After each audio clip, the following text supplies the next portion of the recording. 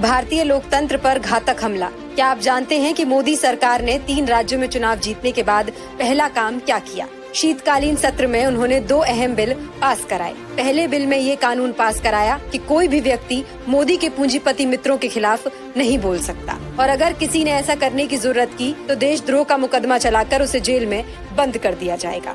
मतलब ये कि मोदी सरकार में अगर आपने अडानी, अंबानी या मोदी के दूसरे पूंजीपति मित्रों पर सवाल खड़ा किया, जिसके पैसे से मोदी चुनाव जीत कर आते हैं, तो आपकी खैर नहीं। आपको तुरंत देशद्रोही घोषित कर जेल में बंद कर दिया जाएगा।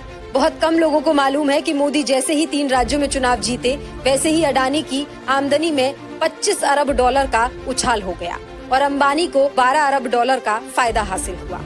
अब मोदी जी की कृपा से अडानी, अंबानी ही देश की संपत्ति के मालिक होंगे और उनके खिलाफ बोलना देशद्रोह माना जाएगा। इसके साथ ही मोदी सरकार ने शीतकालीन सत्र में एक और कानून पास कराया। इस कानून के तहत चुनाव आयुक्त की चयन प्रक्रिया से सुप्रीम कोर्ट के जज को बाहर निकाल दिया गया। अब चुनाव आयुक्त के चयन प्रक्रिया में प्रधानमंत्री, भाजपा के एक मंत्री और एक विपक्ष के लीडर शामिल होंगे। काबिले जिक्र बात ये है कि चुनाव आयोग पर पहले से ही ये आरोप लगते रहे हैं कि चुनाव आयोग भाजपा का आयोग बनकर रह गया है और भाजपा के लिए काम करता है।